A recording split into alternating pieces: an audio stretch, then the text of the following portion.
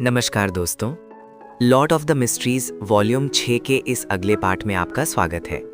पिछले चैप्टर्स में हमने देखा था कि शांति के बाद दबाव कैसे बढ़ने लगता है और कैसे छोटे छोटे संकेत आने वाले बड़े टकरावों की ओर इशारा करते हैं।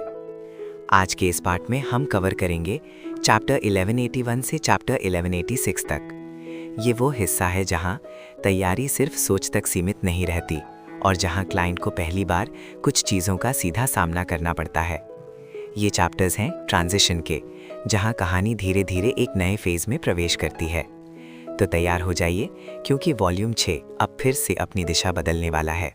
बिशप के निर्देशों को सुनकर लेनर्ड पहले थोड़ा चकित हुआ और फिर उसने मन ही मन आह भरी। मिस्टर फूल की भविष्यवाणी वास्तव में सटीक थी। नहीं, ये कोई भविष्यवाणी नहीं है, ही पहले से ही सब कुछ जानते थे।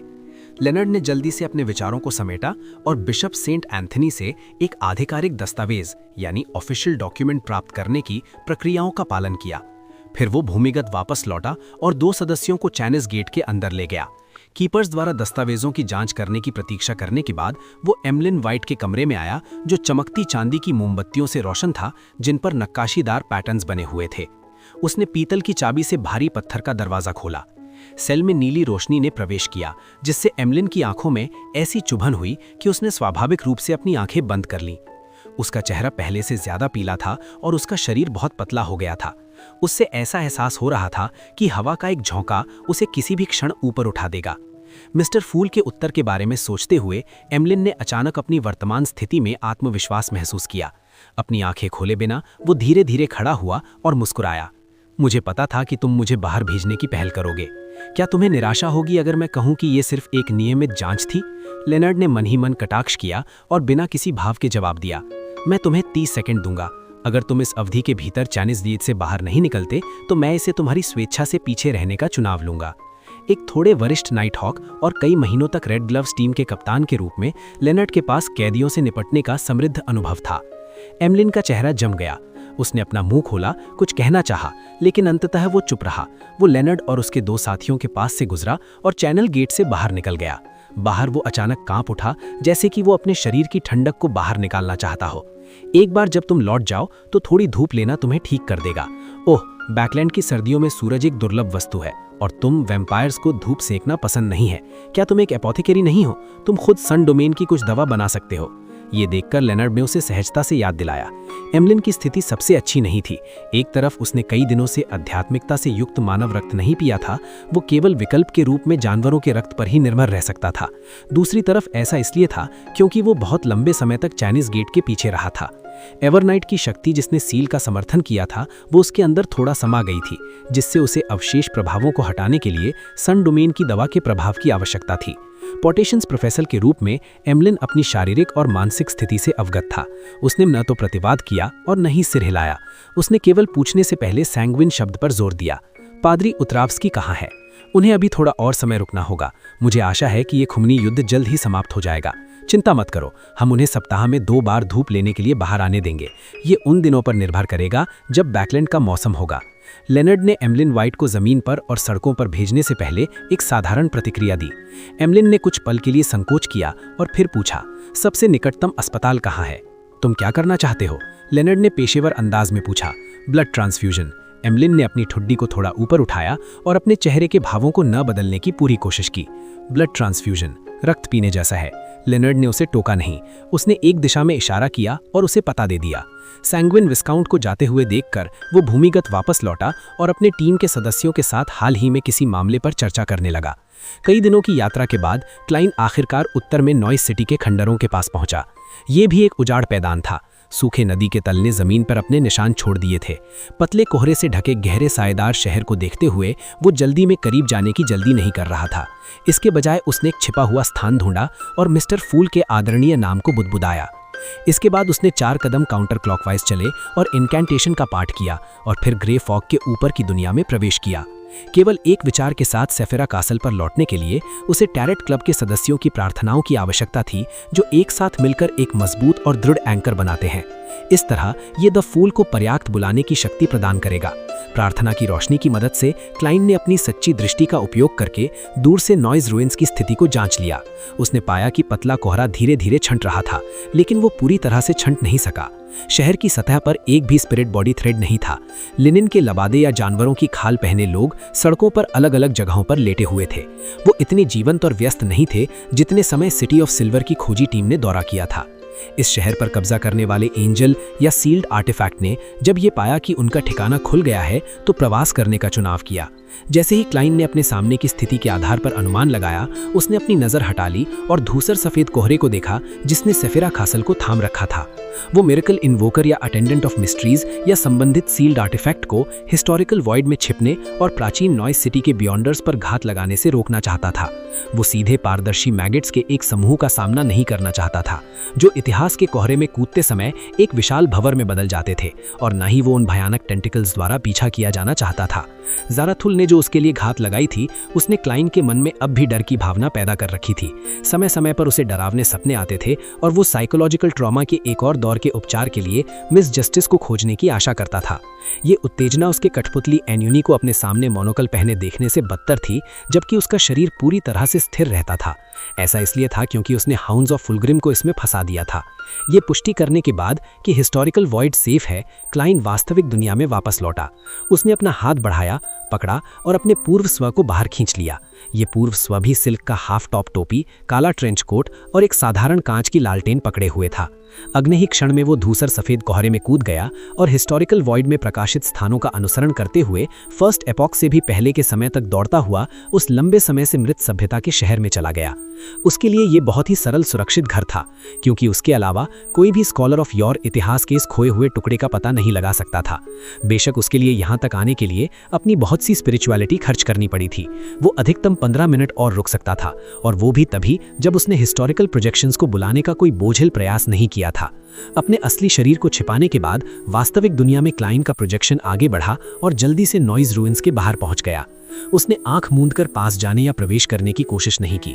सूखी नदी के तट के सामने एक छोटे से टीले के चारों ओर चक्कर लगाने के बाद उसने अपना दाहिना हाथ उठाया और अपनी पूर्व कठपुतली यानी मैरियोनेट को बुलाया। गहरी नीली आंखों वाला ठंडा earl of the fallen Conus किलगॉर।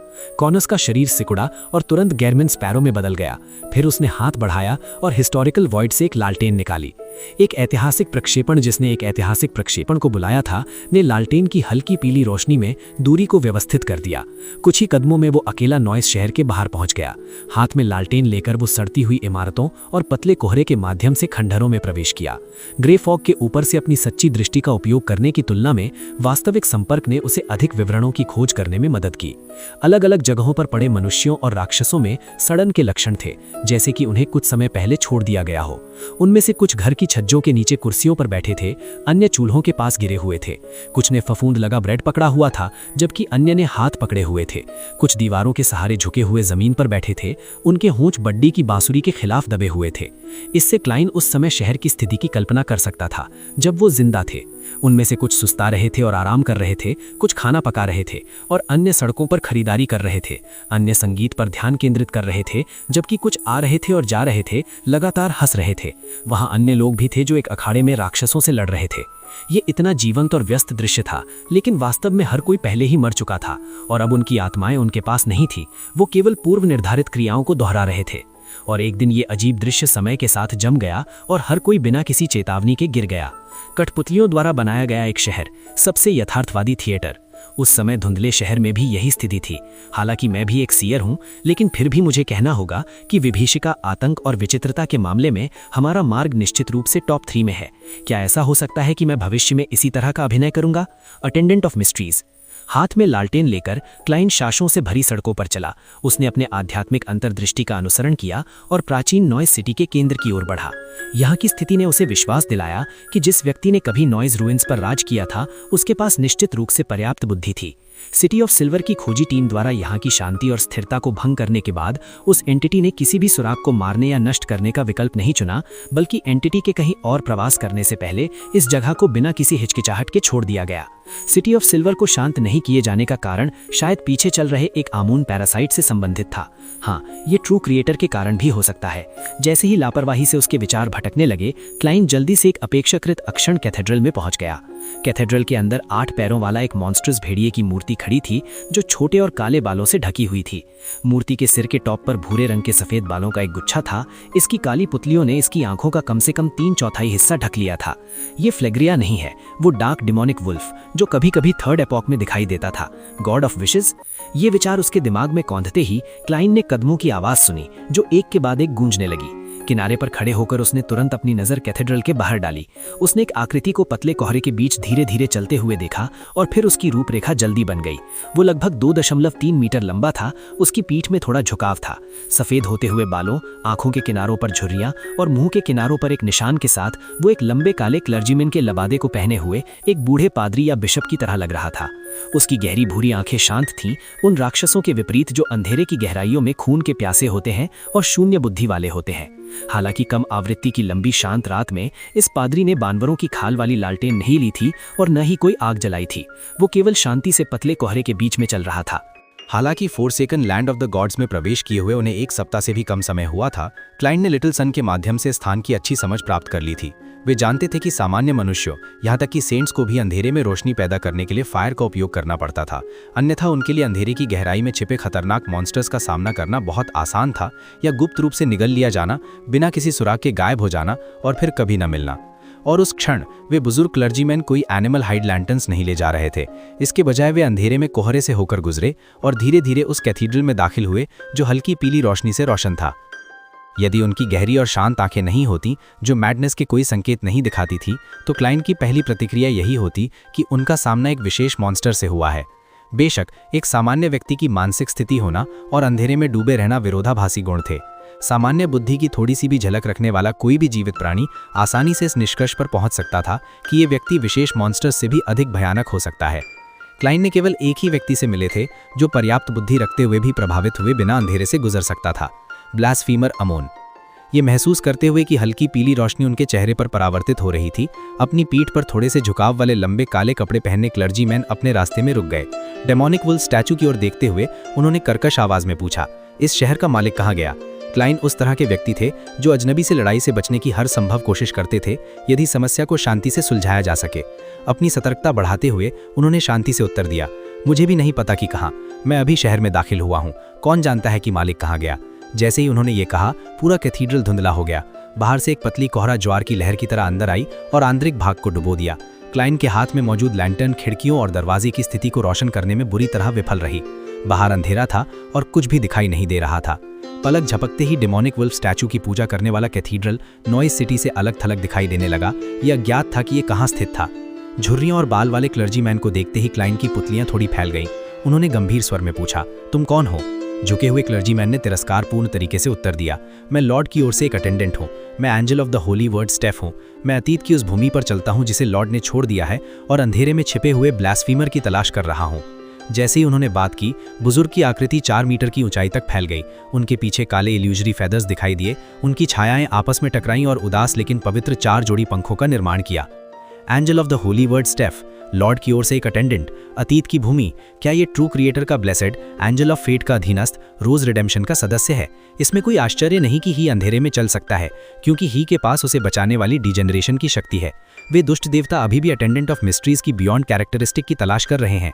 Kline के पास अपना सिर उठाकर उस क्लर्जीमैन से आंखें मिलाने के अलावा कोई विकल्प नहीं था, जिसने काले लबादे पहनने के बावजूद अपनी पीठ पर 4 जोड़ी पंखों को रखा था। इस स्तरीय अस्तित्व वाले आंजल का रूप झुर्रियों और बाल वाला बना रहा। उसके बारे में हर चीज में विरोधाभास की भावना थी। ये प्रदर्शन करते हुए कि उन्होंने कभी ऑरोरा ऑर्डर से दुश्मनी नहीं की, उन्होंने शांति से कहा, वे ब्लास्फीमर बहुत पहले भाग गया, मैं भी उसकी तलाश कर रहा हूँ। क्लाइन को 2 सेकंड तक घूरने के बाद angel of the holy word ने धीमी आवाज में पूछा, तुम कौन हो? इसे सीधे तौर पर कहना सुविधाजनक नहीं होगा। क्लाइन ने आह भमी और मुस्कुराते हुए कहा, मैं एक लोनली ट्रैवलर हूँ।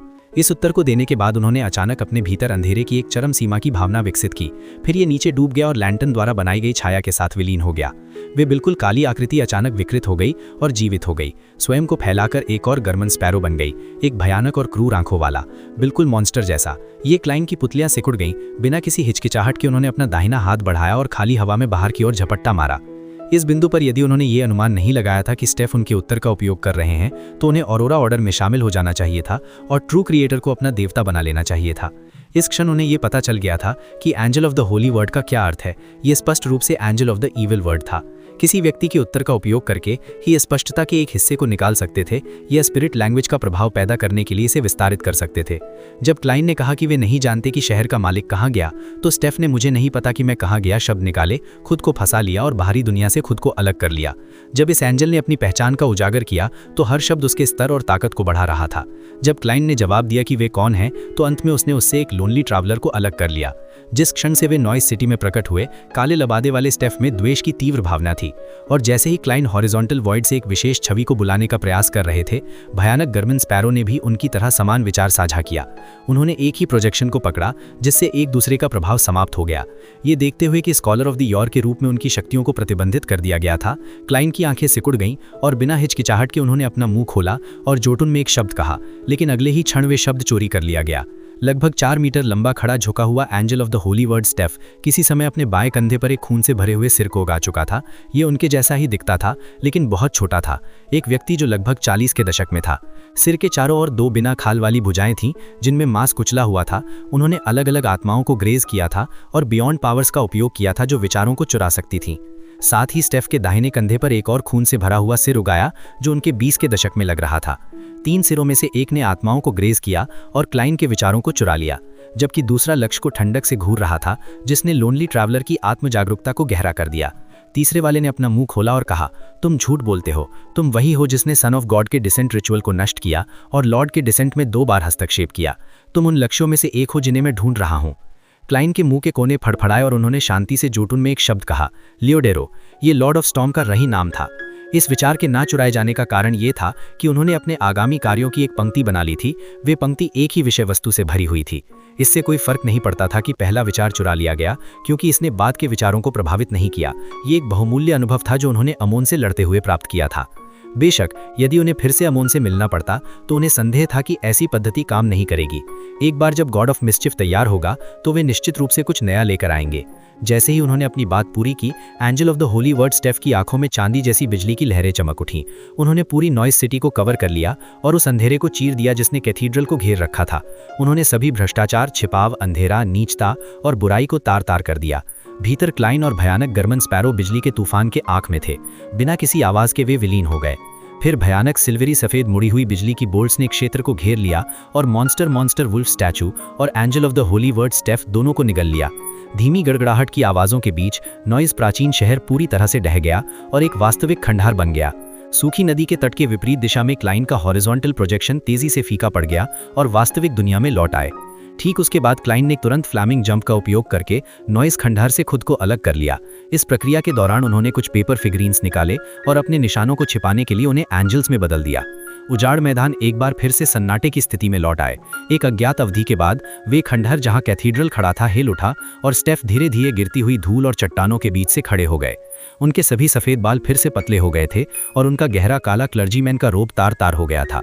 Angel of the holy word staff ने शांति से नॉइस प्राचीन शहर छोड़ा, अपनी दिशा निर्धारित की और अंधेरे में गहराई में चले गए। आधा दिन बाद एक आकृति दूसरी दिशा से शहर के खंडहरों की ओर बढ़ी। ये और कोई नहीं बल्कि क्लाइन थे, जिन्होंने एक लंबा चक्कर लगाया था। वे पहले प्राचीन नॉइस शहर की जांच करने का मौका नहीं पा सके थे और इस बार उनकी वापसी इस अस्तित्व के वास्तविक सुराग ढूंढने की उम्मीद से प्रेरित थी। अपेक्षाकृत थोड़ी दूरी पर क्लाइन ने ग्रे फॉग के ऊपर अपने अवलोकन दोहराए, हॉरिजॉन्टल प्रोजेक्शन को बुलाया और अतीत में छिप गए एक और हॉरिजॉन्टल प्रोजेक्शन को बुलाने के लिए प्रोजेक्शन का उपयोग किया। अपनी तैयारी पूरी करने के बाद वे एक बार फिर से नॉइज में दाखिल हुए और पूर्ण शांति में कैथीड्रल में लौटे।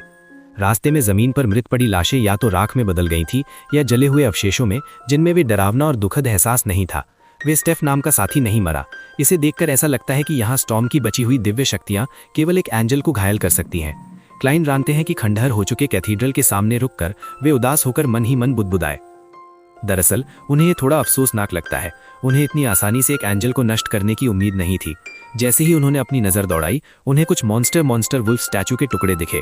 इसकी सतह गहरी काली थी और आंतरिक भाग गहरा लाल, आमतौर पर देखे जाने वाले पत्थर जैसा कुछ भी नहीं। ये पत्थर असाधारण होने चाहिए ताकि उस मॉन्स्टर वुल्फ ने इनका उपयोग अपनी मूर्ति के लिए किया हो। इसके अलावा ये आसपास के क्षेत्र में पैदा हुई किसी चीज की तरह नहीं लगते। शायद मैं इनकी जांच करके उस क्षेत्र की खोज कर सकूं जहां मॉन्स्टर वुल्फ नॉइज सिटी से पहले छिपा था। एक मिरेकल इन्वोकर या एजेंट ऑफ मिस्ट्रीज के रूप में वे मॉन्स्टर वुल्फ अपने निशानों को छिपाने में माहिर होना चाहिए। सीधे तौर पर उसके ठिकाने का पता लगाना बहुत मुश्किल होगा, लेकिन अगर मैं उन अधिकांश क्षेत्रों की खोज कर सकूं जहां वे पहले छिपा था तो मुझे उसकी आदतों और शैली की जानकारी मिल जानी चाहिए। एक बार जब मैं किसी व्यक्ति के अतीत को जान लेता हूं तो मैं उसके भविष्य की भविष्यवाणी कर सकता हूं। जैसे ही उन्होंने सोचा, उन्होंने 2 कदम आगे बढ़ाए, नीचे झुके और मूर्ति के एक टुकड़े को उठाने का प्रयास किया। इसी क्षण एक अचानक जला हुआ हाथ बाहर निकला और उनकी उंगली को रोक दिया। अपनी आंख के कोने से उन्होंने एक जली हुई लाश को खड़े होते देखा। जली हुई लाश के दूसरे हाथ में एक क्रिस्टल मोनोकल था और उसने इसे अपनी बाईं आंख पर पहन लिया। अमोन, बाईं आंख। क्लाइंट का दिल पहले तो घबरा गया, फिर उनके अंदर संदेह और शंका की तीव्र भावना पैदा हुई। अगले ही क्षण जली हुई लाश मुस्कुराई और बोली, क्षमा करें, मैंने इसे गलत तरफ पहना था। जैसे ही उसने ये कहा, उसने मोनोकल उतारा और इसे अपनी दाहिनी आंख पर लगा लिया। एक बार फिर क्लीन समझ गया कि अमोन को गॉड ऑफ मिस्चीफ क्यों कहा जाता था। उस समय उसके मन में लैम्पून करने की इच्छा भी नहीं थी। वो बस इतना चाहता था कि तुरंत हिस्टोरिकल प्रोजेक्शन को समाप्त करे और अपने सामने मौजूद अमोन से बच निकले। जले हुए शव ने, जिसे पैरासिटाइज किया गया था, अपने चेहरे से कालिक पहुंची। क्लीन के गायब होने से पहले उसने मुस्कुराते हुए कहा, कोई जल्दी नहीं है, तुम तो सिर्फ एक हिस्टोरिकल वॉइड से एक प्रोजेक्शन हो। मैं वास्तव में तुम्हें पैरासिटाइज नहीं कर सकता और तुम्हें अच्छी तरह से पता होना चाहिए कि मैं अकेला नहीं हूं। तुम्हारे लिए एक प्रभावी काउंटर अटैक करना मुश्किल है। हाथ में एक साधारण लैंटर्न लेकर क्लीन ने चुपचाप सोचा। उसने काले स्कल्पचर फ्रैगमेंट का एक टुकड़ा उठाया जिसका आंतरिक भाग लाल था और उसने सावधानी से पूछा, तुम वास्तव में क्या कहना चाहते हो? उस समय अमोन पहले ही अपने रूप में वापस आ चुका था। एकमात्र समस्या ये की कि उसकी त्वचा गहरी बनी रही। ही ने अपने क्रिस्टल मोनिकल को ठीक किया और धीरे से हंसा। तुम जानते हो कि मुझे पता है कि तुम उस डार्क डेमोनिक वुल्फ की तलाश कर रहे हो ताकि हिम से मिरेकल इन्वोकर की बियॉन्डर कैरेक्टरिस्टिक प्राप्त कर सको। मुझे भी इसमें बहुत दिलचस्पी है। क्यों ना हम एक और खेल खेलें और देखें कि कौन पहले उस तक पहुंचता है। इसका क्या मतलब है? ऐसा नहीं है कि अगर मैं ये खेल नहीं खेलूंगा तो मैं उसका पीछा नहीं करूंगा या उसे छीनने के बारे में नहीं सोचूंगा। 2 सेकंड की खामोशी के बाद उसने अपना सिर हिलाया। मैं मना करता हूं। उसका इरादा अमोन द्वारा दी जाने वाली शर्तों को सुनना बिल्कुल नहीं था। एक टॉप चीट से वो जितना अधिक सुनेगा उसे उतना ही अधिक कष्ट होगा। अमोन ने बिना किसी गुस्से के अपना सिर हिलाया। तुम्हें इसका पछतावा होगा। मैंने मूल रूप से तुम्हारे साथ सेफिरा कासल के बदले में एक मिरेकल इन्वोकर की बियॉन्डर कैरेक्टरिस्टिक के आदान प्रदान करने और तुम्हें अपनी आयोजित की गई सीक्रेट गैदरिंग को स्थानांतरित करने के लिए कुछ समय देने की योजना बनाई थी। और अब मैं केवल सीधे तौर पर तुम्हारे भाग्य को चुराने के बारे में विचार कर सकता हूँ। मैं स्रोत से होने वाले क्षरण के बोझ को उठाऊंगा। हाँ, हालांकि ये खतरनाक है, फिर भी ये काफी रोमांचक है। मैं इसे स्वीकार करने के लिए पहले से तैयार हूँ और देखता हूँ कि अंततः प्रवाह को कौन नियंत्रित करेगा। मेरे पिता के अनुभव के साथ मुझे विश्वास है कि मैं बहुत खराब प्रदर्शन नहीं करूंगा। क्या? स्रोत से होने वाला क्षरण, एंशिएंट सन गॉड का अनुभव? क्लीन मूल रूप से मिरेकल इन्वोकर बियॉन्डर कैरेक्टरिस्टिक और सेफिरा कासल के विषय पर चर्चा जारी रखना नहीं चाहता था, लेकिन जब उसने ये सुना तो उसका दिल दहल गया। उसने अमून के वर्णन को याद किया और पूछने से खुद को रोक नहीं सका। स्रोत से तात्पर्य ओल्डेस्ट वन, पहले क्रिएटर से है? वो बेचैनी से जानना चाहता था कि सेफिरा कासल उसे किस प्रकार का असहनीय भाग्य देगा। अमून ने अपने मोनिकल के किनारे को चुटकी से पकड़ा और कुछ सेकंड तक उसे देखने के बाद अचानक मुस्कुराया। बेहतर होगा कि मैं इस प्रश्न का सीधे उत्तर न दूं, क्योंकि तुम मेरी कही हर बात पर विश्वास नहीं करोगे। मुझे बताओ, मैं इसकी प्रामाणिकता निर्धारित करूंगा। क्लीन ने बोलने की इच्छा को दबाया और शांति से उत्तर दिया, शायद इसलिए क्योंकि तुमने अभी तक इसका कारण नहीं बनाया है। अमोन को इससे कोई फर्क नहीं पड़ता, क्योंकि ही मुस्कुराया और कहा, तुम इसे उस तरह भी सोच सकते हो। है। कभी कभी जो सच्चाई तुम खुद खोजते हो वो दूसरों द्वारा बताई गई सच्चाई से निश्चित रूप से अधिक स्वीकार्य होती है। अगर तुम्हारे पास समय हो तो तुम forsaken land of the gods में घूम सकते हो। इससे तुम्हें और अधिक सुराग मिलने चाहिए। बेशक, अगर तुम में चेर्नोबिल में प्रवेश करने का साहस है तो तुम और कुछ जान पाओगे। क्लेन ने इस मामले को आगे नहीं बढ़ाया। हल्की पीली रोशनी में नहाए हुए ढहे हुए कैथीड्रल को घूरते हुए उसने लापरवाही से कहा, क्या डार्क डेमोनिक वुल्फ तुम्हारे अस्तित्व की खोज के कारण जल्दी से वहां से चला गया? अमोन ने थोड़ा सिर हिलाया तो कहा, यह सिर्फ मैं नहीं था। ही ने द हैंग्ड मैन की नजर को भी महसूस किया था। वो हजारों सालों से forsaken land of the gods में छुपा हुआ है। वो ऐसे मामलों के प्रति बहुत संवेदनशील है।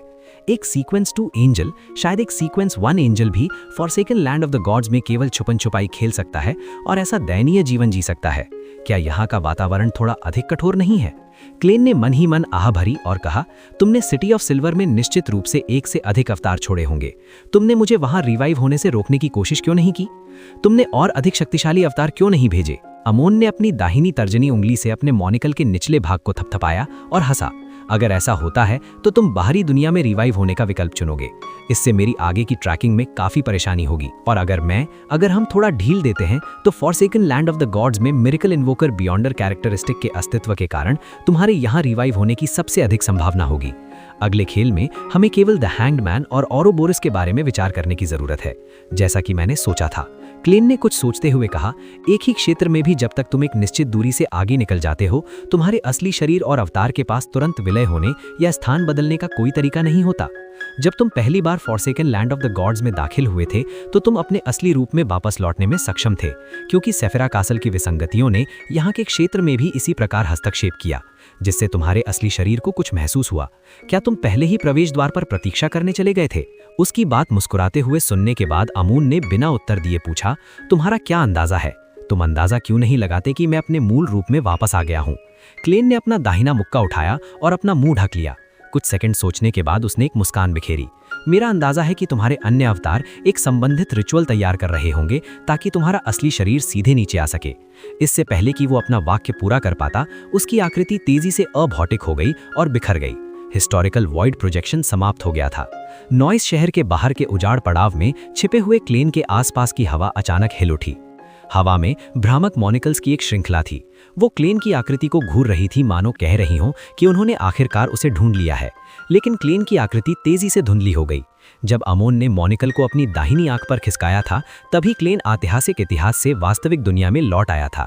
पेपर एंजल की मदद से उसने तेजी से निकलने के लिए फ्लेमिंग जंप और अन्य बियॉन्डर पावर्स का उपयोग किया था। उसका हिस्टोरिकल प्रोजेक्शन अमोन से सामान्य रूप से बात करने में सक्षम था, क्योंकि वो वास्तव में एक मरियोनेट था। वो गर्मन स्पैरो के रूप में कोनास किलगॉर था। उसके अंदर इतिहास से आया हुआ एक वर्म ऑफ स्पिरिट था और उसे शहर के बाहर क्लेन के प्रोजेक्शन द्वारा नियंत्रित किया जा रहा था। इस बीच दूर भागने की प्रक्रिया में क्लेन बार बार हिस्टोरिकल वॉइड में प्रवेश करता रहा, जिससे शहर के बाहर के प्रोजेक्शन को रुक रुक कर होश आया और वो अपने मरियोनेट पर नियंत्रण बनाए रख सका। इसके कारण अमोन से बात करने वाला व्यक्ति समय समय पर गहन विचार में डूब जाता था। वो या तो कुछ सेकंड के लिए एकाग्र दृष्टि से देखता, या उसे अमोन द्वारा कही गई बातों को याद करने के लिए समय चाहिए था।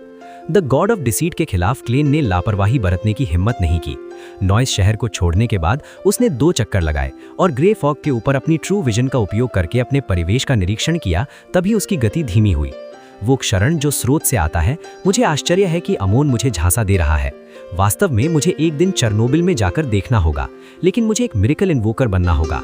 ऐसा तब करना होगा जब मेरे पास एक निश्चित सीमा तक आत्मसंरक्षण की क्षमता हो, अन्यथा मैं केवल मौत के दरवाजे पर दस्तक दे रहा हूँ। डैनिट्स द्वारा बलिदान की गई लैंटर्न के साथ क्लेन खरपतवारों के अंधकारमय वातावरण में लापरवाही से आगे बढ़ा। इस अनुभव के कारण उसे आखिरकार forsaken land of the God's के खतरे की गहरी समझ आई। अत्यधिक कठोर और विकृत वातावरण, पागलपंथी, गिरा हुआ दूत, चारों ओर घूमते अमोन्स के समूह और अंधकार में छिपे मिथिकल क्रीचर्स। यहाँ कहीं दुष्ट देवता हैं जो सब कुछ देख रहे हैं। मैं बची हुई दिव्य शक्तियों को उत्तेजित कर सकता हूँ जो दूसरे भी कर सकते हैं। जैसा कि उम्मीद थी, ये forsaken land of the God's है। खतरे का स्तर मेरी कल्पना से कहीं अधिक है। जैसे ही उसने आह भरी, उसने अपना ध्यान वापस डार्क डेमोनिक वुल्फ की ओर लगाया। सच कहूं तो उसे नहीं लगा कि उसे इस मिथिकल क्रीचर को ट्रैक करने में कोई फायदा है, चाहे वो forsaken land of the God's की उसकी समझ हो या लक्ष्य की स्थिति में उसका विश्वास हो। वो अमोन से बहुत कमतर था, जो 1000 साल से इस क्षेत्र की खोज कर रहा था, और साथ ही ट्रू क्रिएटर के ब्लेसिड से, जिनका ये घर था। मेरा एकमात्र फायदा ये है कि मैं डार्क डेमोनिक वुल्फ के समान ही सीयर पाथवे शेयर करता हूँ। इसके अलावा मेरे पास सेफिरा कासल है। वहाँ बियॉन्डर कैरेक्टरिस्टिक कन्वर्जेंस का एक मजबूत झुकाव है। इसके प्रभाव मेरे प्रभाव से कम नहीं होंगे। क्लेन ने एक पल के लिए ध्यानपूर्वक विचार किया, जब अचानक उसे एक विचार आया। उसने अपना सबसे अच्छा फायदा ढूंढ लिया। वो फायदा ये था कि वो बहुत कमजोर था। अमोन ट्रू क्रिएटर के अटेंडेंट और डार्क डेमोनिक वुल्फ की तुलना में वो बहुत कमजोर था। सामान्य परिस्थितियों में ये नुकसान था, लेकिन कभी कभी ये संभव था कि ये उसे वो चीज दिला सकता था जो वो चाहता था। मेरा लेवल कम है और मैं कमजोर हूँ। इसका मतलब ये है कि मैं इसके बजाय डार्क डेमोनिक वुल्फ का शिकार करने वाला लक्ष्य बन सकता हूँ। मेरे लिए हिम को ढूंढना बहुत मुश्किल है, तो क्यों ना मैं इसके बजाय इसे मेरे पास खोजने के लिए बुलाऊं। एक स्कॉलर ऑफ योर जरूरी नहीं कि डार्क डेमोनिक वुल्फ की दिलचस्पी जगाए, लेकिन अगर ये स्कॉलर ऑफ योर अभी भी सेफिरा कासल को ट्रिगर कर सकता है तो ये बिल्कुल अलग मामला है। मैं समय समय पर सेफिरा कासल को उत्तेजित कर सकता हूँ। डार्क डेमोनिक वुल्फ के लिए चारे के रूप में ग्रे फॉग की आभा के निशान छोड़ सकता हूँ। उसने जितना सोचा उसे लगा कि ये उतना ही व्यवहारिक है। बेशक ये निश्चित रूप से बहुत खतरनाक था। अगर वो सावधान नहीं रहा तो वो गलती से अमोन या ट्रू क्रिएटर को चारा डाल सकता है, और डार्क डेमोनिक वुल्फ बहुत संभवतः तलयक्षण करने के बाद अचानक हमला करने का विकल्प चुन सकता है, जिससे उसे तैयारी करने का मौका न मिले। इस दृष्टिकोण को अपनाने से पहले मुझे पर्याप्त तैयारी करनी होगी। इसमें जल्दी करने की कोई आवश्यकता नहीं है। एक गहरी सांस लेते हुए क्लेन ने अपना हाथ बढ़ाया और काले डेमोनिक वुल्फ स्कल्पचर का वो टुकड़ा निकाला जो अंदर से लाल था। हालांकि वो अमोन की बाधा के कारण वस्तु प्राप्त करने में विफल रहा था, लेकिन इसने उसे हिस्टोरिकल वॉइड से बाहर निकालने से नहीं रोका। इसका कारण ये था कि वो उसे पहले ही देख चुका था और छू चुका था, और वस्तु स्वयं उच्च स्तर की नहीं थी। इस समय वो इस टुकड़े का विश्लेषण उल्टे क्रम में करके इसके काम करने के तरीके का पता लगाकर डार्क डेमोनिक वुल्फ के छिपने का स्थान खोजना चाहता था। अंधकार के शासन वाले उजाड़ पड़ाव में क्लेन ने उस लैंटर्न को उठाया जो हल्की पीली रोशनी उत्सर्जित कर रही थी। उसने अपना रास्ता तय किया और दिशा बदलकर धीरे से प्रवेश किया। बैकलैंड, हिल्स्टन बरो, फॉर्स, जो एक बार ट्रैवलिंग पर गई थी, उसे आखिरकार अपने शिक्षक डॉक्टर डोरियन ग्रे अब्राहम से जवाब मिला। एक स्कॉलर के लिए इतिहास एक खुली किताब की तरह है, जहां हर प्रोजेक्शन अपनी कहानी कहता है और हर बेट भविष्य का एक जाल बुनता है। इस समय कोई वर्म्स ऑफ स्टार नहीं है। वो चाहता है कि मैं इस बात पर ध्यान दूं कि वर्म ऑफ स्टार खरीदने की कोशिश करने वाले व्यक्ति को और क्या चाहिए। फॉर्स ने अपने शिक्षक का पत्र पढ़ा और चुपचाप राहत की सांस ली। हालांकि जब उसने सोचा कि वो सेंट ऑफ सीक्रेट्स का शिकार शुरू करने वाली है तो उसे घबराहट महसूस हुई। आखिरकार वो एक डेमीगॉड था, एक सेंट जो लगभग 1 या 2 साल पहले सीक्वेंस 4 पर पहुंचा था। ये अज्ञात था कि क्या वो अब सीक्वेंस 3 पर पहुंच चुका था। हालांकि इस ऑपरेशन के पीछे का मास्टरमाइंड मैम हर्मिट है, लेकिन बेट के रूप में मुझे अभी भी अपनी सुरक्षा की चिंता करने की जरूरत है। इसके अलावा ऑरोरा ऑर्डर के पीछे अभी भी रोज रिडेम्पशन का समर्थन है, साथ ही एंजल्स और एक किंग ऑफ एंजल्स भी हैं। फॉर्स को गवर्नमेंट स्पैरो के अनुरोध को स्वीकार करने पर कोई पछतावा नहीं था। ये कुछ ऐसा था जिसे वो शुरू से ही करना चाहती थी। हालांकि इसमें शामिल उच्च जोखिम के कारण उसका घबराया हुआ और असहज महसूस करना अनिवार्य था। इसने उसे एक और संभावना के बारे में सोचने पर मजबूर कर दिया।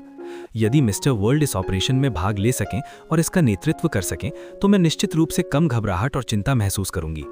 ऐसा नहीं था कि फॉर्स को मैम हर्मिट की ताकत और अनुभव पर विश्वास नहीं था, बल्कि ये था कि द वर्ल्ड गवर्नमेंट स्पैरो के परिणाम सभी के सामने स्पष्ट थे। उनके शिकार में 1 या 2 डेमीगॉड्स नहीं थे, इसलिए उन्हें ऑपरेशन चलाने देने से व्यक्ति सहज महसूस करेगा।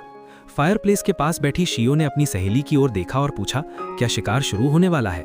हाँ, फॉर्स ने गंभीरता से सिर हिलाया और कहा, यह बहुत जल्दी नहीं होगा, सभी को तैयारी के लिए कुछ समय चाहिए। एक डेमीगॉड का शिकार करना शरद ऋतु के दौरान उपनगरों में लोमड़ी का शिकार करने के समान नहीं था।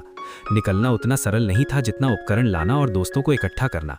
इसके लिए एक सटीक और सावधानी पूर्वक योजना की आवश्यकता थी।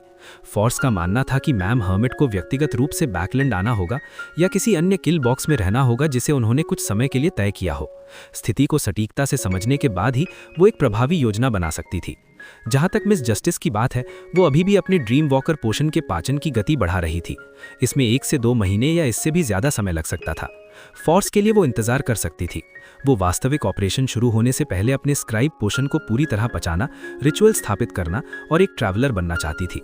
एकमात्र चीज जिसके बारे में वो निश्चित नहीं थी वो ये थी कि क्या द वर्ल्ड उन्हें जल्दी करने के लिए कहेगा। मैं उसे मनाने की पूरी कोशिश करूंगी। नहीं, मिस जस्टिस को उसे मनाने देंगे। एक स्पेक्टेटर इसी में सबसे अच्छा होता है। जैसे ही फॉर्स ने बुदबुदाया, उसने शियो को मुड़ते हुए और हिचकिचाते हुए कहते सुना कि MI9 के संपर्क अधिकारी ने सुझाव दिया कि मुझे आज आधिकारिक रूप से उनके साथ जुड़ जाना चाहिए, और उन्होंने कहा कि नए राजा के आने के साथ अतीत के कई मामले हैं जिनकी मुझे चिंता करने की जरूरत नहीं है।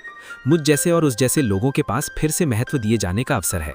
फॉर्स ने ध्यान से सुना और कुछ विचार करने के बाद कहा, यह हमारे खिलाफ कोई जांच तो नहीं है। यह संभवतः उन्हें यह पता लगाने में मदद करेगा कि आपके पीछे एक गुट है। शियो ने सिर हिलाया और कहा, उनका मानना है कि उस घटना के बाद मुझे छोड़ दिया गया था।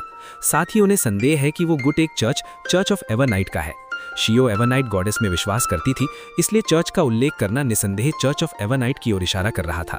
हालांकि ये देखते हुए कि उसकी अच्छी सहेली God of steam and machinery में विश्वास करती थी, उसने किसी अस्पष्टता को रोकने के लिए एक विशेष जोर दिया। हे मिस्टर वर्ल्ड ने हमें उसी के रूप में खुद को छिपाने के लिए कहा था। फॉर्स ने आराम से अपने बाल सहलाए और मुस्कुराते हुए कहा।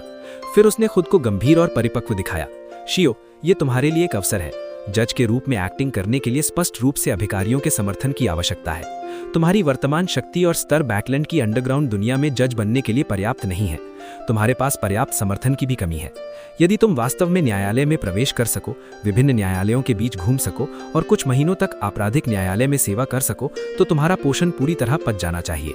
ओह ठीक है, मैंने सुना है कि MI9 के भीतर एक पैरानॉर्मल कोर्ट है जो विशेष रूप से बियॉन्डर मामलों में विशेषज्ञता रखती है। यदि तुम वहां जज बनती हो तो तुम अगले साल फरवरी या मार्च तक डिसिप्लिनरी पैलेडिन बनने का प्रयास कर सकती हो। ये स्पष्ट देखते हुए कि शियो उसके भाषण से स्पष्ट रूप से प्रभावित हो रही थी, फॉर्स ने जल्दी से आगे कहा, एक बार जब तुम पर्याप्त योगदान दे दोगी तो तुम अपने पिता की प्रतिष्ठा को एक निश्चित सीमा तक बहाल करने में सक्षम हो सकती हो। वैसे भी जॉर्ज 3 तो मर चुका है। जब तक कि ये उसकी प्रतिष्ठा को प्रभावित नहीं करता, जेविंगटन 2 इसे नहीं रोकेगा। जेविंगटन जॉर्ज 3 का सबसे बड़ा बेटा था।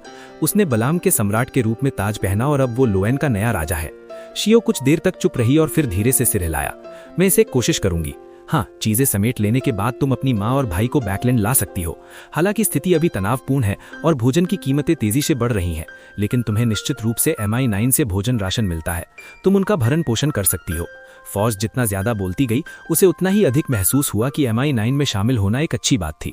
शियो को मनाने के बाद फॉर्स अपने बेडरूम में गई और मिस्टर फूल से प्रार्थना की और उनसे अपना संदेश मिस्टर वर्ल्ड तक पहुंचाने को कहा। उसके तुरंत बाद फॉर्स ने अपने शिक्षक के उत्तर के महत्वपूर्ण बिंदुओं को निकाला और अपने विचारों का वर्णन किया, इस उम्मीद में कि गर्मिन स्पैरो अधिक सब्र रखेंगे। जैसे ही उसने अपनी प्रार्थनाएं समाप्त की और कमरे से बाहर निकलने ही वाली थी, उसकी दृष्टि अचानक धुंधली हो गई। उसने शून्य से एक लाल लहर को उठते देखा जिसने उसे तुरंत डुबो दिया। फॉर्स ने तुरंत पाया कि वो प्राचीन महल में पहुंच गई और अपनी सामान्य ऊंची पीठ वाली कुर्सी पर बैठी थी। हालांकि लंबे कांसे की मेज के सामान्य सीट पर धूसर कोहरे से ढकी कोई विशाल आकृति नहीं थी। उस क्षण लंबी धब्बेदार मेज के पास केवल वो और द वर्ल्ड गर्मिन स्पैरो थे। फॉर्स का मन अचानक तनावपूर्ण हो गया और उसके विचार अचानक दौड़ने लगे। मिस्टर वर्ल्ड, मेरा मतलब था अभी अभी कि ये सबसे अच्छा होगा कि आप थोड़ा धैर्य रखें, इससे चीजें आसान हो जाएंगी। वास्तव में ठीक है यदि आप नहीं रखते, हम शिकार जल्द ही शुरू करेंगे। क्लेन धीरे से हंसा और कहा, चिंता मत करो, मुझे जल्दी नहीं है। जब उसका अंतिम लक्ष्य एंजल लेवल पोषण फॉर्मूला और ग्रेड 0 सील्ड आर्टिफैक्ट्स बन गया था, तो उसके पास इस मामले के संबंध में पर्याप्त धैर्य था। फॉर्स ने गुप्त रूप से राहत की सांस ली और जिज्ञासावश पूछा, तो फिर आपने मुझे क्यों ढूंढा? क्लेन ने शांति से उत्तर दिया, क्या तुम स्क्राइब पोषण को जल्द से जल्द नहीं पचाना चाहती थी? अलग अलग जगहों के रीति रिवाजों के अलावा मुझे लगता है कि तुम्हें अभी भी सभी प्रकार की बियॉन्डर पावर्स को रिकॉर्ड करने की आवश्यकता है। संबंधित स्तर जितना ऊंचा होगा, पाचन का प्रभाव उतना ही बेहतर होगा। ये सुनकर फॉर्स की आंखें चमक उठीं। हाँ। इसे बोलने के बाद उसे अपना रवैया अत्यंत संदिग्ध महसूस हुआ। उसने जल्दी से डरते हुए कहा, क्या ये वही अग्रिम भुगतान है जिसका आपने पहले उल्लेख किया था? क्लेन ने थोड़ा सिर हिलाया और कहा, चलो शुरू करते हैं, तैयार रहो। मैंने मिस्टर फूल से एक ग्रेड 1 सील्ड आर्टिफैक्ट उधार लिया है। ये सेंट के स्तर के अनुरूप है। एक स्क्राइब 6 के लिए एंजल लेवल बियॉन्डर पावर को सफलतापूर्वक रिकॉर्ड करने की संभावना अत्यंत कम थी, लगभग असंभव। इसलिए क्लेन ने अपनी कुशलता दिखाने के लिए हिस्टोरिकल वॉइड से मिस मैजिशियन और मिस्टर अजिक को बुलाने का प्रयास नहीं किया। फॉर्स सीधी होकर बैठ गई और जोर से सिर हिलाया। हाँ, अगले ही सेकंड में उसने देखा कि द वर्ल्ड गर्मिन स्पैरो ने नीले रत्नों से ढके एक सफेद हड्डी का राजदंड उठाया। तेज रोशनी के बीच शून्य से बिजली के बोल्ट निकले और आपस में जुड़ गए, जिससे बिजली का एक जंगल बन गया जिसने विनाश की आभा उत्सर्जित की। फॉर्स की आंखें चांदी जैसी सफेद हो गई और उसका शरीर और मन विस्मय में डूब गया। लाइटनिंग स्टॉर्म शांत होने के बाद वो 2 सेकंड के लिए स्तब्ध रह गई और फिर डरते हुए कहा, यह विफल हो गया। फिर से, क्लेन ने शांति से उत्तर दिया। धूसर कोहरे के ऊपर प्राचीन महल में लाइटनिंग स्टॉर्म बार बार उतरा। एक अज्ञात समय के बाद फॉर्स ने सांस छोड़ी और अपनी कुर्सी पर पीछे झुक गई और वो अपनी खुशी नहीं छिपा सकी और कहा, यह सफल हो गया, यह सफल हो गया। आखिरकार उसने एक बार लाइटनिंग स्टॉर्म को रिकॉर्ड कर लिया था। यह अंततः खत्म हो गया। फॉर्स तुरंत रिलैक्स हो गई। फिर उसने द वर्ल्ड को बिना किसी भावना के कहते सुना, ठीक है, अगली बियॉन्डर पावर। अगली? फॉर्स ने लंबी धब्बेदार मेज के नीचे उस पागल साहसी को अपना दाहिना हाथ बढ़ाते हुए देखा और कहीं से उसने एक लंबा कांटेदार क्रूस जो कांसे से ढका हुआ था निकाला। इस क्रूस की क्षमता को रिकॉर्ड करना? फॉर्स ने अपने चेहरे के हाव भाव सामान्य दिखाने की पूरी कोशिश की। उसके स्क्राइब पोषण को एक निश्चित सीमा तक पचाने के बाद गॉडशिप पावर्स जिन्हें वो रिकॉर्ड कर सकती थी, 1 से बढ़कर 2 हो गई थी। नहीं, क्लेन ने मिस मैजिशियन की ओर देखा और कहा, अनशैडोड क्रूसिफिक्स के मेरे आवाहन को रिकॉर्ड करो। इसे विफल कर दिया गया, फॉर्स ने धीरे से कहा। इस बार उसकी विफलता का कारण यह था कि उसके पास इसे रिकॉर्ड करने का समय नहीं था। अनशैडोड क्रूसिफिक्स के रखरखाव को समाप्त करते हुए क्लेन ने फिर से इतिहास के कोहरे में हाथ डाला और एक लोहे के इतनासी रिवॉल्वर निकाली। ये सफल नहीं हुआ, फॉर्स ने एक चिड़िल प्रतिक्रिया के साथ कहा। अब वो वास्तविक दुनिया में लौटना चाहती थी और जो उसने अभी प्राप्त किया था उसे पचाना चाहती थी, लेकिन कक्षा की समाप्ति का चिन्ह देने वाली घंटी बस नहीं बजी। लगभग 30 बार के बाद जब फॉर्स के सिर में दर्द होने लगा और उसकी मानसिक शक्ति कम होने लगी, तो आखिरकार उसने एक बार हिस्टोरिकल वॉइड समनिंग को रिकॉर्ड कर लिया। उस क्षण उसे महसूस हुआ कि उसकी आंखों में आंसू भर आए हैं, लेकिन फिर भी उसने अपनी थकान को रोके रखा और एक अच्छे छात्र का रवैया दिखाने की कोशिश की। क्या ये उन लोगों और वस्तुओं को बुला सकता है जिनसे कोई हिस्टोरिकल वॉइड के माध्यम से संबंधित है? जब समय आएगा तो मुझे किसे बुलाना चाहिए या मुझे किस वस्तु को बुलाना चाहिए? क्लेन ने मिस मैजिशियन की ओर देखा और ठंडा जवाब दिया, मुझे। फॉर्स ने मुस्कुराने की कोशिश की और पूछा, किस काल से? पिछली बार जब हम मिले थे। क्लेन पहले ही एक उत्तर सोच चुका था। वो वही था जिसने जॉर्ज 3 के रिचुअल को नष्ट करने से पहले मिस मैजिशियन को जानबूझकर बर्फ और हिम की दुनिया से वापस बैकलैंड भेजा था। वो तब तक स्कॉलर ऑफ ईयर बन चुका था। फॉर्स ने स्पष्ट रूप से सिर हिलाया और सहजता से पूछा, यदि मैं विफल हो गई, मेरे लिए किसी ऐसे व्यक्ति को बुलाना जो मेरे ही स्तर से अधिक है। विफलता की संभावना बहुत अधिक होनी चाहिए। इस क्षमता को रिकॉर्ड करने के लिए कल फिर आना, लेमनोज ट्रैवल्स का उपयोग करना। क्लेन ने शांति से कहा। क्या सफल होने के लिए 2 बार पर्याप्त होगा? फॉर्स के मन में स्वाभाविक रूप से ऐसा प्रश्न आया, लेकिन उसने इसके बारे में वर्ल्ड को कितना निश्चित था ये देखते हुए बोलने की हिम्मत नहीं की। उसने अपना हाथ उठाया और इशारा किया, तो क्या अब मैं वापस जा सकती हूँ? एक संक्षिप्त उत्तर के साथ उसने मिस मैजिशियन को प्रसन्न अभिव्यक्ति के साथ सेफिरा कासिल छोड़ने की अनुमति दी। सोनिया आइलैंड के एक प्रादिम जंगल में एल्जर विल्सन ने अपने अधीनस्थों को एक एल्फिन रूइन में लिया आया जहां बहुत कम लोग जाते थे। मुरझाई हुई बेलें नीचे लटकी हुई थीं, जिसने सड़ती हुई लकड़ी की संरचना को ढक लिया था। पूरा रूइंस एक शांत वातावरण में जम गया था, जिसमें कुछ समय से किसी ने कदम नहीं रखा था। एल्जर और कुछ नाविक मुरझाती सर्दियों के वातावरण में रूइन के चारों ओर घूमे, लेकिन वे अभी भी मूल्य की कुछ भी खोज करने में विफल रहे। कैप्टन, इससे पहले यहाँ एडवेंचरर्स के कई जत्थे आ चुके हैं। वे हमारे लिए और क्या छोड़ सकते थे? अंत में 30 के दशक के एक नाविक ने अधीर होकर सन्नाटा तोड़ा। ये उसके अन्य साथियों के साथ मेल खाता था, क्योंकि उन्होंने दोहराया, ऐसी जगह जिसके बारे में जानने में हमें बहुत समय नहीं लगा, उसे निश्चित रूप से दूसरों द्वारा आसानी से ढूंढा जा सकता है। सही बात है, सही बात है। चलिए फेसेक्सियंस की बैंड बजाना जारी रखते हैं। कैप्टन, क्या आप इस जगह को स्ट्रॉन्ग होल्ड बनाने की कोशिश कर रहे हैं? एल्जर ने धीरे धीरे उस क्षेत्र को स्कैन किया, अपनी नज़र के नीचे नाविकों की शिकायतों को शांत किया और उन्हें आज्ञा मानने के लिए मजबूर कर दिया। कुछ सेकंड की खामोशी के बाद उसने कहा, मैं इस जगह का उपयोग फेसेक्सियंस पर एम्बुश करने के लिए करने की योजना बना रहा हूँ। चलिए टेरेन का निरीक्षण करते हैं और देखते हैं कि ये उपयुक्त है। ऐसे बहाने के साथ नाविक बमुश्किल उत्साहित हुए और समूह जल्दी से एल्वन रूइंस की गहराई में दाखिल हो गया। जैसे ही वो चल रहा था, एल्जर की स्पिरिचुअल परसेप्शन सक्रिय हो गई जब उसने अवचेतन रूप से एक विशाल पेड़ के पीछे देखा। वहां की मिट्टी में मंथन के कुछ संकेत थे और ये 1 साल से अधिक का नहीं होगा। एल्जर ने अपनी नज़र हटा ली और दिखावा किया कि उसने कुछ भी गलत नहीं देखा है। वह स्वाभाविक रूप से कहीं और देखने लगा। एल्विन रूइंस की खोज करने के बाद वे अपने नए कैंप पर लौट आए। उस क्षण लगभग शाम हो चुकी थी और जंगल ठंडा हो रहा था। एल्जर ने नाविकों के साथ रात का खाना खाया और फिर पीछे 2 पेट्रोलिंग गार्ड्स छोड़ दिए और फिर वे सभी अपने अपने टेंट्स में दाखिल हो गए। ठंडी हवा पेड़ों के बीच से बह रही थी, जिससे बॉनफायर डगमगा रही थी। एल्जर, जो आधी रात को कैंप साइट छोड़ना चाहता था, उसे अचानक दूर से हल्की गायन की आवाज़ सुनाई दी। वो आवाज़ एथेरियल थी, जैसे कोई महिला गुनगुना रही हो और धीरे से गा रही हो, अपने आंतरिक विचारों को साझा कर रही हो। इसने एल्जर को अनायास ही अतीत की याद दिला दी।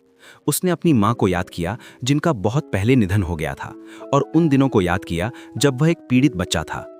उसके दिल के निचले हिस्से से अवर्णनीय शोक उमड़ पड़ा, जिसने उसे तुरंत जागने से रोक दिया। उसने कुछ सेकंड तक इंतजार किया और फिर अचानक उठ बैठा, माथा सिकोड़कर सुनने लगा। इस बार उसने कुछ नहीं सुना। वह सुरीली आवाज ऐसी लगी मानो कभी हुई ही ना हो। एल्जर ने अपनी आंखें सिकोड़ी, अपना मोटा जैकेट उठाया और उसे पहन लिया। वह टेंट से बाहर आया और बॉनफायर के पास आया। रात की ड्यूटी के प्रभारी 2 नाविकों ने अभी अभी अपनी गश्त पूरी की थी और उससे गर्मी प्राप्त कर रहे थे। क्या तुमने कुछ असामान्य खोजा? एल्जर ने भारी आवाज में पूछा। उन दोनों मजबूत और ऊर्जावान नाविकों ने अपना सिर हिलाया। नहीं। एल्जर की भौहें थोड़ी ढीली हुईं और वह मुड़ा अपनी खुद की गश्त करने के इरादे से। इसी समय उसने अपनी आंख के कोने से कुछ देखा। वे दोनों नाविक बहुत पास थे। यदि ये कोई सामान्य समुद्री पेड़ा होता तो ये कोई समस्या ना होती। हालांकि एल्जर के अधीनस्थों ने church of the Lord of storms के माध्यम से औपचारिक प्रशिक्षण प्राप्त किया था। वे निश्चित रूप से जानते थे कि ऐसे वातावरण में गश्त करने वाली टीम को एक दूसरे से एक निश्चित दूरी बनाए रखनी पड़ती थी। वे ना तो बहुत दूर हो सकते थे और ना ही बहुत पास। उन्हें अपने साथियों को देखने में सक्षम होना चाहिए था और साथ ही एक ही हमले से खुद को एक ही समय में ले जाने से रोकना चाहिए था। एल्जर ने बिना पलक झपकाए 2 कदम चले। वह पीछे मुड़ा और लापरवाही से पूछा, क्या तुमने कुछ सामान्य देखा? उसने सवाल बदल दिया था और इसे बहुत अजीब बना दिया था। उन दोनों मजबूत नाविकों ने अपने चेहरे के भाव बदले बिना अपना सिर हिलाया और जवाब दिया, नहीं नहीं। एल्जर ने रिलैक्स्ड भाव से हल्का सिर हिलाया। बहुत अच्छा। वह मुड़ा और धीरे धीरे अपने टेंट में चला गया। जिस क्षण नाविकों का ध्यान उस पर से हटा, एल्जर ने ब्लेड ऑफ पॉइजन और गार्गोइल ग्लासेस निकाल लिए। उसने अपना मुंह खोला और गाना गाने के लिए तैयार हो गया। उस क्षण पहले वाली एथेरियल आवाज एक बार फिर से प्रकट हुई। वह एल्जर के कानों में गूंजती रही और उसके दिमाग में घुस गई। यह एक अत्यंत पुराना लोकगीत था जो गायन के माध्यम से उदासी और शोक की चरम स्थिति को व्यक्त कर रहा था। इसने एल्जर के स्पिरिट बॉडी से पीली गैर मौजूद भुजाएं पैदा की जो उसे लगातार चीर रही थीं। एल्जर का चेहरा विकृत हो गया जैसे ही उसकी त्वचा पर फिसलने वाले काले मछली के शल्क पैदा होने लगे। उसके गहरे नीले बाल एक एक करके खड़े हो गए जब वे असामान्य रूप से मोटे हो गए। उसके दिमाग में मूल रूप से मौजूद विचार गीत से बाधित हो गए और दर्द से टूट गए। वे आगे कोई रूप लेने में असमर्थ थे। एल्जर गिर पड़ा और जमीन पर संघर्ष करने लगा। वह छटपटाने लगा, धीरे धीरे इंसान जैसा कम दिखने लगा जब उसे नियंत्रण खोने की कगार पर धकेल दिया गया। अचानक गायन रुक गया। एक थोड़ी सी उदासीन आवाज एल्जर के कानों में पड़ी, कुछ एल्वियन रक्त, तो बस इतना ही होगा। सियातास की बियॉन्डर विशेषता का अच्छे से उपयोग करो। एल्जर का माथा ठंडे पसीने से ढक गया था और वह धीरे से उठ बैठा। उसे नहीं पता था कि टेंट में कोई आकृति प्रकट हुई थी। वह एक काले बालों और उत्कृष्ट चेहरे की विशेषताओं वाली महिला थी। उसके कान थोड़े नुकीले थे और उसकी आंखें गहरी थीं। उसके चेहरे की विशेषताएं कोमल थीं और उसने एक जटिल और पुरानी लंबी पोशाक पहनी हुई थी। भले ही उसके पास ऊंचाई में बढ़त नहीं थी, फिर भी वह श्रेष्ठता की आभा दे रही थी। क्या आप एल्फ क्वीन ऑफ कैलामिटी कोहेनिम हैं? एल्जर के दिमाग में एक विचार कौंधा और उसने पहल करते हुए पूछा। वह महिला एक खूबसूरती से सजाए गए गोल्डन कप के साथ खेल रही थी और उसने शांति से कहा, क्या तुम मुझसे पहले ही नहीं मिल चुके हो? एल्जर को तुरंत वैसा ही गायन याद आया जो उसने पासू आइलैंड पर सुना था। उसे याद आया कि जब वह पानी के नीचे के मूंगा महल में दाखिल हुआ था तब उसने एक हाई एल्फ को देखा था। कुछ सेकंड की खामोशी के बाद एल्जर ने भारी आवाज में कहा, तो आप वास्तव में अभी भी जीवित हैं? उसी समय उसने चुपचाप अपने दिल में मिस्टर फूल का आदरणीय नाम पढ़ा, लेकिन उसे नहीं पता था कि यदि उसने इसे जोर से नहीं पढ़ा तो यह प्रभावी होगा या नहीं। काले बालों वाली महिला के भाव अपरिवर्तित रहे और उसने उत्तर दिया, किसी एंजल के लिए बिना किसी दुश्मन का सामना किए नष्ट होना बहुत कठिन है। फिर आपने विशेषताओं को विभाजित करके खुद को अजीब स्थिति में क्यों रखा?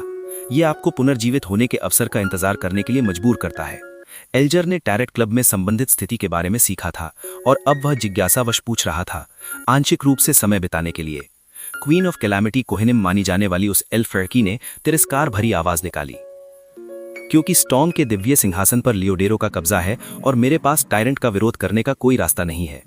इसके अलावा कल्पतबावशियों की संख्या कम हो रही है। मेरे एंकर्स तेजी से अस्थिर हो रहे हैं। अन्य लोग शायद नहीं जानते होंगे कि लियोडेरो कौन था, लेकिन एल्जर बहुत अच्छी तरह जानता था। वह वास्तविक दुनिया में इस विषय को जारी रखने की हिम्मत नहीं किया। जैसे ही वह क्वीन ऑफ कैलामिटी के आने का लक्ष्य के बारे में पूछने ही वाला था, एल्फ क्वीन ने कहा, क्या तुम एक डेमीगॉड बनना चाहते हो? क्या शी पुनर्जीवित होने के लिए मेरे शरीर का उपयोग करना चाहती है? क्या वह सीक्वेंस 4 में आगे बढ़ने और गॉडहुड प्राप्त करने की मेरी इच्छा को मेरे शरीर में घुसने के लिए चारे के रूप में इस्तेमाल करना चाहती है? हालांकि एल्जर लालच में था, लेकिन उसके मन में कई सवाल उठे। यह देखते हुए कि मिस्टर फूल हर तरह के करप्शन को कैसे साफ कर सकते हैं, एल्जर ने तीव्रता से महसूस किया कि यह एक अवसर है।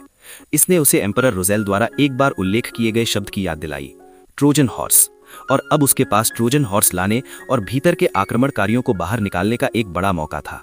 आप मुझसे क्या कराना चाहती हैं? एल्जर अपने व्यक्तित्व के आधार पर एक सवाल उठाते हुए बहुत चिंतित नहीं दिखा। क्वीन ऑफ कैलामिटी कोहेनिम ने कुछ सेकंड तक उसका निरीक्षण किया और फिर कहा, जब तुम्हारे पास बुक ऑफ कैलामिटी से संपर्क करने का अधिकार हो तो उसमें से कुछ ऐसा निकाल लेना जो बाकी लोगों को दिखाई ना दे और उसे वेस्टर्न कॉन्टिनेंट ले जाओ। Western continent? कल्पतबावशियों का पौराणिक वतन? एल्जर ने थोड़ा माथा सिकोड़ा और कहा, क्या वेस्टर्न कॉन्टिनेंट पहले ही गायब नहीं हो चुका है? कोहिनिम के होंठ के कोने थोड़े मुड़े। चूंकि ये गायब हो गया था, इसीलिए ये फिर से प्रकट होगा। वह प्रलय के समय निश्चित रूप से फिर से दिखाई देगा। एल्जर के और पूछने का इंतजार किए बिना एल्फ क्वीन रुक गईं और बोली, तुम्हें वेस्टर्न कॉन्टिनेंट वह वस्तु व्यक्तिगत रूप से भेजने की जरूरत नहीं है, लेकिन तुम्हें किसी विश्वसनीय व्यक्ति को सौंपना होगा। हालांकि मैं श्रापों में कुशल नहीं हूं, फिर भी मैं तुम्हें हमारे समझौते को तोड़ने के दर्द में मार सकती हूं। लेकिन क्या होगा यदि वेस्टर्न कॉन्टिनेंट फिर से प्रकट नहीं होता है या उसमें प्रवेश नहीं किया जा सकता है? एल्जर ने एक पल के लिए गंभीरता से सोचा। कोहिनिम, जिसकी सौम्य नजर और चमकते हुए कौवे जैसे काले बाल थे, खूबसूरत यादों में खोई हुई लग रही थीं। कुछ सेकंड के बाद उसने शांति से कहा, यदि ये वास्तव में फिर से प्रकट नहीं होता है तो समझौता शून्य और मान्य नहीं होगा। शायद वेस्टर्न कॉन्टिनेंट में प्रवेश करने के लिए एक मंत्र या आदेश की आवश्यकता होगी, लेकिन मुझे नहीं पता कि वह क्या है। हालांकि तुम एक विशेष अस्तित्व से पूछ सकते हो। कौन? एल्जर ने उलझन में पूछा। कोहिनिम ने उसकी ओर एक नजर डाली और ठंडे स्वर में कहा, वही मिस्टर फूल जिन्हें तुम अभी अपने दिल में जप रहे थे। मुझे ऐसा महसूस होता है कि वही इस मामले की कुंजी है। एल्जर का दिल धड़क उठा और उसने जल्दी से जवाब में सिर झुकाया। मैं समझ गया।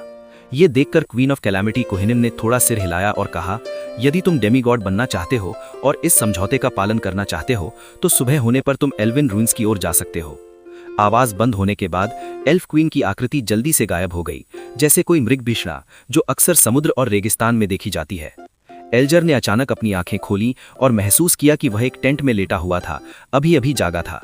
उसकी यादें उलझी हुई थीं, लेकिन उसने जल्दी से उन्हें व्यवस्थित कर लिया।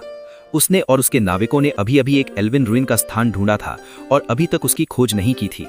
पिछला अन्वेषण, गायन, नाविकों की विसंगतियां और कैलामिटी की उपस्थिति और बातचीत सब जस्ट एक सपना था। ये कोई आश्चर्य नहीं कि मैं इतना लापरवाह था। भले ही मुझे पता था कि मेरा सामना कैलामिटी की क्वीन से हो सकता है, मैंने पहले मिस्टर फूल से प्रार्थना नहीं की। क्या कैलामिटी की क्वीन ने इस वास्तविक स्वप्न को बनाने के लिए एंजल के रूप में अपनी स्थिति का भरोसा किया? या हो सकता है कि उसके पास कोई संबंधित सील्ड आर्टिफैक्ट हो। भले ही वह एक विशेष स्थिति में मौजूद हो, फिर भी उसके पास अपनी शक्तियों का प्रयोग करने के साधन है। एल्जर ने टेंट के बाहर की हलचल को सुना और उसे महसूस हुआ कि सब कुछ सामान्य था। फिर वह सेट बैठा और मिस्टर फूल से ईमानदारी से प्रार्थना की। मात्र 20-30 सेकंड में एल्जर धूसर कोहरे के ऊपर पहुंचा और मिस्टर फूल को लंबी धब्बेदार मेज के अंत में बैठे देखा। तुम कोहिनिम से मिले? द हैंगमैन द्वारा उनका अभिवादन करने के बाद मिस्टर फूल क्लेन में सहज रूप से कहा। एल्जर ने गंभीरता से उत्तर दिया, हाँ, लेकिन मैं निश्चित नहीं कर सकता कि वह एल्फ क्वीन ही थी। द फूल ने धीरे से स्वीकार किया और द हैंगमैन के अंदाजे को नकारा नहीं। ना ही वो निश्चित था कि वो क्वीन ऑफ कैलामिटी कोहिनिम थी। आखिरकार उसके लिए अपने सामने गोल्ड कॉइन निकालना और मौके पर डिविनेशन करना संभव था। एल्गर ने कुछ सेकंड इंतजार किया। मिस्टर फूल की ओर से कोई स्पष्ट प्रतिक्रिया ना देखकर उसने प्रार्थना में कही गई बातों के बारे में और अधिक विस्तार से बताया। उस महिला के बारे में जिसकी क्वीन ऑफ कैलामिटी कोहिनिम होने का संदेह था, ये कहने से लेकर कि उसमें कुछ एल्विन ब्लड था। उसने उसे डेमीगॉड बनने का वादा दिया, साथ ही वेस्टर्न कॉन्टिनेंट की चाबी और समझौते को पूरा करने की बात कही। सब कुछ बताने के बाद एल्गर ने अपना मुंह बंद कर लिया और अपना सिर झुका लिया। मिस्टर फूल से ये सीधे पूछने की हिम्मत नहीं की कि वे क्या सोचते हैं। उसने आज्ञाकारी रूप से उस महान अस्तित्व के बोलने का इंतजार किया। कुछ elven blood book of calamity से कुछ वेस्टर्न कॉन्टिनेंट भेजना, गायब हुआ वेस्टर्न कॉन्टिनेंट फिर से प्रकट हो सकता है। वेस्टर्न कॉन्टिनेंट, द फूल क्लाइन ने शांति से सुना। उसने अपनी आंखें बंद की और शांति से कहा, ये बहुत खतरनाक है, लेकिन ये तुम्हारे लिए एक अवसर भी है। उसने पहले ही सेफिरा कासल पर प्रारंभिक नियंत्रण प्राप्त कर लिया था और वो जिस शक्ति को जुटा सकता था वो सीक्वेंस टू एंजल के स्तर तक पहुंच गई थी।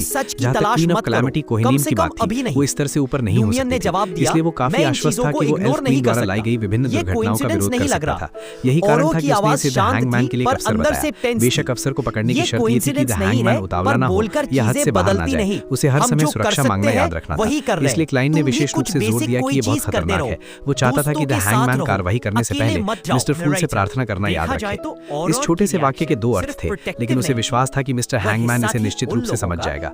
एल्गर प्रसन्न हुआ और उसने काफी ईमानदारी से उत्तर दिया, मानो उसने द सन से सीखा हो। मेरा विश्वास केवल मिस्टर फूल में है। इन शब्दों ने क्लाइन को असहज कर दिया, क्योंकि उसे अनंतहीन बिजली में डूबने का दर्द याद आया। वो बिना कुछ कहे केवल मुस्कुरा सका। एल्गर ने कुछ देर विचार किया और फिर पूछा, सम्माननीय मिस्टर फूल, वेस्टर्न कॉन्टिनेंट में प्रवेश करने के लिए आवश्यक इंकैंटेशंस या कमांड्स क्या हैं? मैं भी ये जानना चाहूंगा। द फूल क्लाइन ने आह भरी और कहा, ये तुम्हारे जानने जानने का समय नहीं है। जी मिस्टर फूल, एल्गर ने सम्मानपूर्वक झुकते हुए आगे नहीं पूछा। जब वो वास्तविक दुनिया में लौटा तो वो तुरंत टेंट से बाहर निकला और अपने नाविकों को बाहर ले गया। सुबह के सूरज की रोशनी में उसने एक निश्चित समय एल्विन रुइन तक पहुंचने में बिताया। यहाँ का दृश्य वैसा ही था जैसा उसने अपने सपने में देखा था। मुरझाई हुई बेलों ने सड़ती हुई लकड़ी की संरचना को ढक लिया था और कुछ क्षेत्रों में स्मारकों पर लिखे गए टेक्स्ट को देखा जा सकता था।